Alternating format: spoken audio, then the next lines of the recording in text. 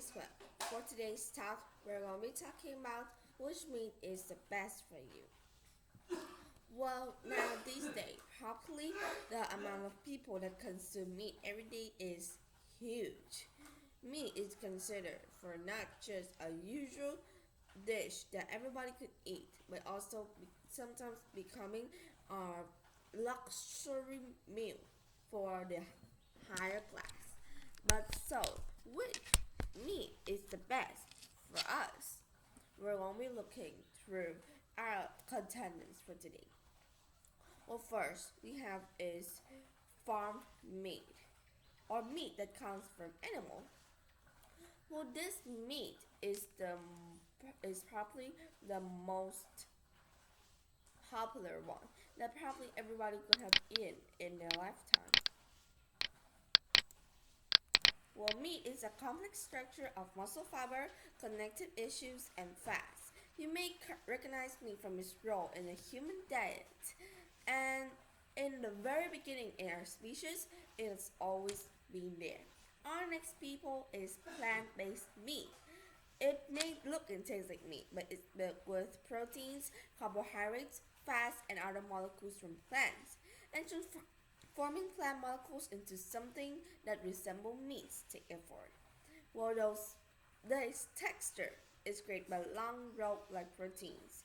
Well, if we want to replicate this structure, then we must use that to push through an extruder device with forces to join to inflamants to mimic animal fat companies.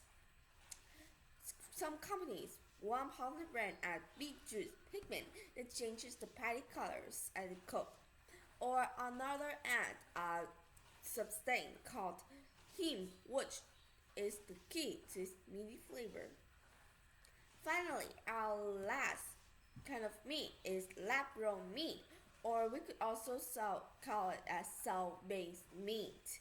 Well, this product begins as an animal's stem cells that researchers coax and multiply it into muscles. Its lab-grown meat are largely still in development, so the exact progress may change when they produce at greater commercial scale. So, which meat is best for your health? Farm meat is a vital source of protein and nutrition for many people, but researchers have also found links between diets high in red processed meat and health concerns like type 2 diabetes. One study concluded that swapping red meat to other opinions could potentially reduce mortality risk by 7 to 19%. There's not enough data to know whether replacing red meat with a plant-based meat would have the same effect. Plant-based meat, while containing just as much proteins and calories, it also has iron. It also are high in sodium, and many contain oil, which has a lot of saturated fat.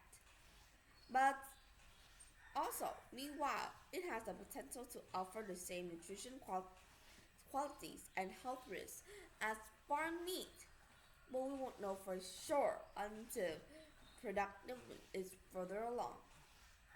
So, which one is the better for the environment? Probably. Well, researchers estimate that producing plant-based meat will result on average around 90% less greenhouse gas emission, and that probably will help us a lot into protecting the environment, right? Also, farm meat could took a lot of things from us. First, we need lands. Also, we need water to not just plant for the food that the animals eat, but also to wash the animals daily. And so it will actually harm our environment a lot. Well, in that time, lab grown meat is still something that we should have learned more about it.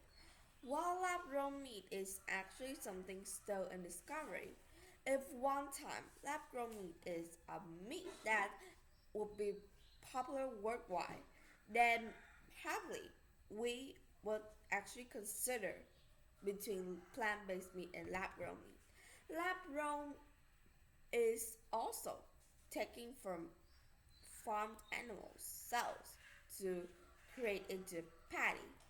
So we shouldn't really just include it in our daily meal right now. So if you guys are a vegetarian, probably plant-based meat is the best. But I still recommend plant-based meat for everybody. Well, plant-based meat is really good, not just for our body because of its great protein, but also is that it's great for the environment around us. Well, I hope today's video really does help you out. Thank you for listening and goodbye.